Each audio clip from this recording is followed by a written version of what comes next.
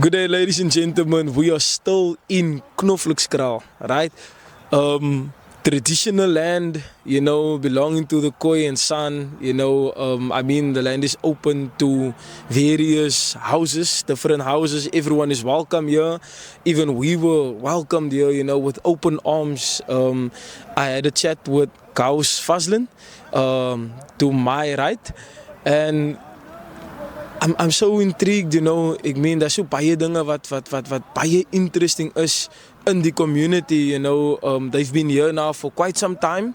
There's a lot of historical, things that matter that actually happened here on the land, am I correct?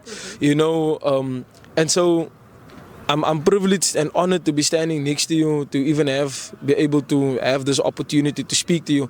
But Kofluk, can you give us a brief as to can we first dig into why today happened? Why today happened, and then after that I think we can dig into what we are seeing here and what the objective is of this particular land. Sure. Kaitsis, Kaikwa, Mbamba, Moro Moro. Welcome to Knoflukskraal, our ancestral land. Today, we had a mass meeting, or shall I say a cultural community meeting. And because that is simply because this land was reclaimed in 2020. And the reclaim at the court, it says specifically there is ancestral ties to the land. This used to be the kraal of Klaas Dora. It is in the jurisdiction of the Gainekwa clan. And our lives are being threatened here by the Democratic Alliance. There was a statement that the Democratic Alliance has brought out, I think maybe 2 days ago. But it was a false statement that they've projected, because in the meeting, I was in the meeting and I heard the truth of what had transpired in that meeting. And the truth of the matter is that they do not recognize us first as a cultural community. They do not recognize us as the fact that we are here as Khoi and San, or the fact that we are here to reclaim our identity as a peoples. They don't see any of those things. As it seems, volgens hulle is dit net ons het hier kom plak. Okay. So today's was just to educate our people, to make them understand that they actually have an eviction plan for the people on Knoflukskraal. Wow. And so that was very massive, and we needed to let our people understand that we need to come together and to reclaim and to just maintain our integrity in terms of why we on the land. Yeah. So tell me, did they know, were they aware that you were in that meeting? No, they were not aware, because there was a few presentations that was done, all the plans was laid out, and when it came to questions and answers, I was the one that spoke, and that was a big shock, even for me. Okay, so this meeting was planned and structured to remove and evict you guys from this ancestral land, and that meeting was called to structure how they're going to do it. Is that what you're saying? This is exactly what I'm saying, because we were not invited to the meeting. Ooh. It is really by our ancestors' grace and by God's grace that I ended up in that particular meeting. Wow. This is guys, I mean, it's not a surprise. It's not coming as a shock, because we've seen what is happening across, and I do think that that these people are out to ensure that they kill our culture, and I mean, Knoflukskraal as a whole has been built, you've just rightfully mentioned, since 2020. And what I can see here, this is my experience here, right? Ek weet nie van wat die stories is hier. Here is self-sustainability projects that is taking place here. You mentioned something earlier on in our conversation where you spoke about if you can prove that you are working the land. What was that you mentioned? Yeah, let me first start, when I had the opportunity to speak at that particular meeting, I said to the audience there that I want to project a different picture of what has been projecting over here in terms of how they see us. And I shared with them that we've created amongst ourselves in terms of self-sustainability, because we're off the grid. We said to them, instead of just deciding what it is that you want to do, come to the people and get an understanding of why are we here? What are we doing here? Because usually communities always have answers as to, government doesn't have all the answers. Then I said to them, the second thing is, we've created amongst ourselves 40 job opportunities right? Wow. Where people get stipends. And those job opportunities, I'll break it down for you. One of them, if you look to the land, this is agricultural space where we grow vegetables. As you can see, the methodology that we used is raised beds because there's no money really for testing the soil. And out of this land, there's 10 people working this, I think it's 17 raised beds. We got here brinjals, chilies, we got potatoes, onions, 2 different types of lettuce, green peppers. It was amazing, but here's the magic of the land, the fact that it's ancestral land. We only had a half a bag of compost. Wow. It's literally what we had because we didn't start creating one yet. So we had a half a bag of compost for this entire space. And this land provided us with sufficient food of each and every raised bed that we then gave to the elders because they used chronic medication. So it was, good food. We made food and distributed, etc. So this was one of the amazing projects. So the next one was we've created 8 jobs for people that are home-based carers, and they go from earth to earth where they look at the vulnerable and the elderly. Some elderly needed to be reminded, for example, when is their day hospital appointment. Some elderly just wants to have a conversation of stories to vertel and so on. So, then we have 2 Rastafarians.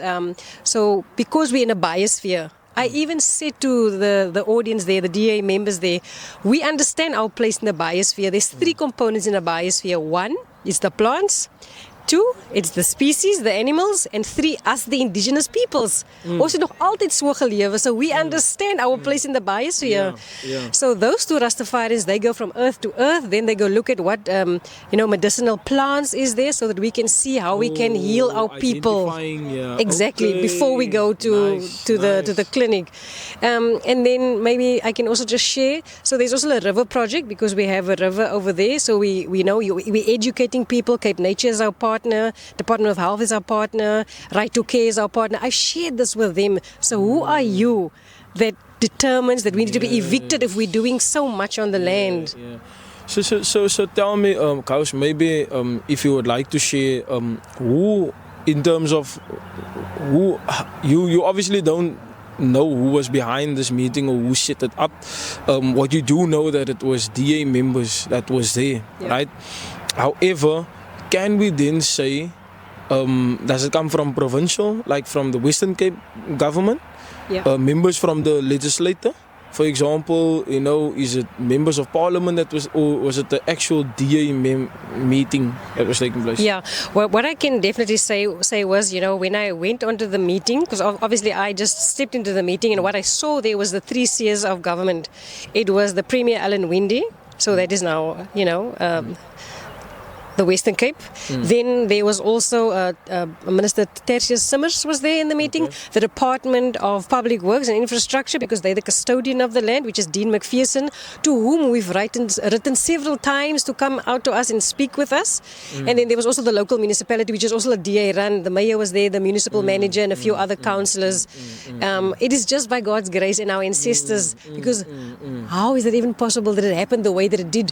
Here's the scary part was the Minister of Public Works, which really, it broke my heart to hear him say that this plans needs to be kept under wraps so that NGOs, and the N2 cannot be closed, NGOs can't come up in the sense of the unfairness. That het regtig my hart seer gemaak because they don't see us as Kooi and San. They don't see us as reclaiming. We are just an invader project at the end of the day. So the meeting and the plans had to be kept under wraps, closed for now, until they get into their process of evicting and totally getting you off the land. Now, I can hear the sentiment is clear that there was indeed the opportunity for government to come and sit in dialogue with you, because that is what you want. You want them to say, guys, let's come closer. We are open to have a dialogue with you, to sit down with you. We don't want to fight. If that is that's the feel that I'm getting. Absolutely. It's not that we want to fight with you guys. It's simply saying that we have structured ourselves in a manner because we do understand that many of these people think that we are not structured, we are not organized, we don't know what to do. We've got the land land, we can't work the land. I'm hearing that there is self-sustainability projects going on here. There's poultry farming happening right here, and they are wanting to evict you. I don't think that it is fair. However, if the minister or any of you see this video or this discussion that we are having now, I'm hoping that you guys will have a change of heart and a change of mind to come closer to Kaus Fazlin over here, and sit down with the leadership and find out exactly what you've mentioned. You said that why don't you guys come and sit down and find out what is actually happening on this ground? Why don't you come and say, you know what, let us come and see how we can further assist this community, because we do owe them. That's what it is. You do owe us a lot, because we've lost years and years of development. This community could have been far now, if we hadn't been robbed. Now we don't want to bring up the past and speak about the past, but we have to. It's part of the education. It's part of letting our kids know where we come from, what transpired, and why are we in the position that we are. Perhaps why is the Cape Flats in the state that it is? Why do we have all this unemployment happening? I hear the sentiment from Gauss is that we are trying to create self-sustainability projects so that we can provide opportunity, so that we can take a step further and say that we don't want to be dependent on government, but allow us to work the land the way we should. Yeah. There's just two things that I wanted to add was the diversity of the Khoi and the San here on this particular land, right? That is thousands and hectares. We are different clans. There's Griqua, there's Kalkawa is there, the Kochukwa is there, the Hesekwa is there, the Gainekwa, the Kurana, the Namas. All living together in harmony. Beautiful. So that's the one thing I wanted to mention. Then the other one is, if you go onto the N2 as you travel back home safely, you'll see just up the road, maybe 5 kilometers, you get I think it's Blikkiesdorp. So I am from Grabouw. I was born and bred in Grabouw. I went schooling in Grabouw. I understand the area. So you have Blikkiesdorp there. And most of the people in Blikkiesdorp is mostly from the Eastern Cape. Okay. So it's also an informal settlement. On the N2, we are not an informal settlement. Yes. We classify ourselves as a cultural reclaim. We're not invaders, etc. But what the point I'm trying to bring across is, when you look at Blikkiesdorp, in a year's time, they had lights, they had sanitation, they had such a lot. Their lights is even brighter than the dorpse ligte, the town's lights. So we are saying, what is this? Why is it that we are here and we are a peaceful people? What is the injustice and the inequality of this kind of treatment, the continuation thereof over and over and over again? Yeah.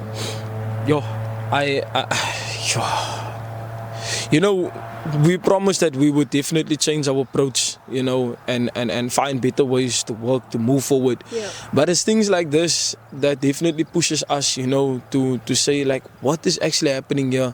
How are we going to build one nation, of a people to live in peace and harmony, if we have a government that continues to treat people based on their race, differently? I think that is definitely one thing that we should look into, that we should tackle, that we should say, guys, we cannot allow this thing to happen.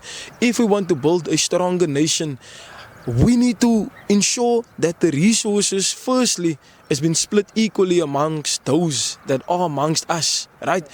That is one of the key things, and we should allow ancestral land to be handed back to those people. I mean, how are we going to move forward if we didn't fix the injustices of the past? I'm saying to government, whether it be Western Cape government, the local municipality or national, I'm saying that you guys have an opportunity to fix the injustices of the past that were not fixed, and we will have no peace without justice. We need to get that clear. Can we find ways and sit around the table to find, working solutions to say, what, we can do this, we can't do this, but restricting a culture or a nation from self-sustainability, from wanting to allow the culture to grow for the next 100 years or 500 years. I'm going to make a perfect example of a community like Orania. I'm not saying people are not allowed to self-determination. They should be. They should be. I mean, they should be. But we see it happening in Orania, where they are totally allowed to have their own electricity, to have their own water supply, they have their own currency even. A country in a country, we can say, and they are allowed to do that. Why are we not allowed to do that? When questioned, it was said that they are doing it to preserve the Boer culture. Perfect, you guys should do that. Allow us to preserve the Khoi and the San and the Griqua and all the houses. Allow us to preserve this culture for the next 100 years. Because the question is, to all of our people, brown people, our people, our nation, are we able to preserve this culture for the next 100 years? We should have our own schools. We should have our own education system, that we can say that we have produced farmers. We should have our young people knowing what's happening in the agricultural sector, so that if we have a pandemic again or anything happening, our people can live off the land. Here's animals here, guys. Here's things happening here. The land staan nie net lieg hier nie. Ek meen, cows, they are working the land. How are you guys not allowing them? I can make another example of the Zulu culture, the Xhosa culture, the Vendas. Almal van hulle, guys, you should have access to your land. It is right. But you are recognized. Why can't you stand by us and say to this government, please recognize this culture, please recognize the community? The way you recognize us, why can the Zulu kings and queens not stand up and say and fight in arms with us, man? Why can the Xhosa culture not stand up and say, guys, we need to support this community because they are being oppressed? Why can you not say that, guys? That's what we need. We would like to work with you guys. We would like to integrate with you guys. But we need your support and we need us. Vir ons mense daar buitekant, ons maak ons mense om saam te staan en te sê, even if you're not part of Knoflukskraal, guys, and you are in Grabouw, and you are in Strand, and you are in Makassar, and you are in Cape Town, come out and support this community, man. Because you know what? They welcome anyone that wants to be free. They welcome anyone that wants to be free and say, you know what, I want a better life for my community, for myself, for my family. Ek smaak nie vir gunskietery. I don't need all these things. I want to come here and live freely. I want to wake up in the morning and hear the birds, and I want to be amongst nature. They always say, our people believe them. We don't own the land. We belong to the land. Die land behoort nie aan ons nie. As God se land, God het dit vir ons is hier because of His grace. So, can we not stand in arms together to support one another? If you need us, we will support you. We will support you. If I look at, for example, during apartheid, black South Africans couldn't enter the Western Cape without a dompas. And it was who that stood up for our African Xhosa people. It was the brown people that stood up in arms that said, no, you will not treat this community like this. And they even went as far as to say that we are all black. That is how far it went. UWC was built. If you have time, search on Google, who was UWC built for that university. It will say that UWC was built for brown people, let's say colored people in particular, right?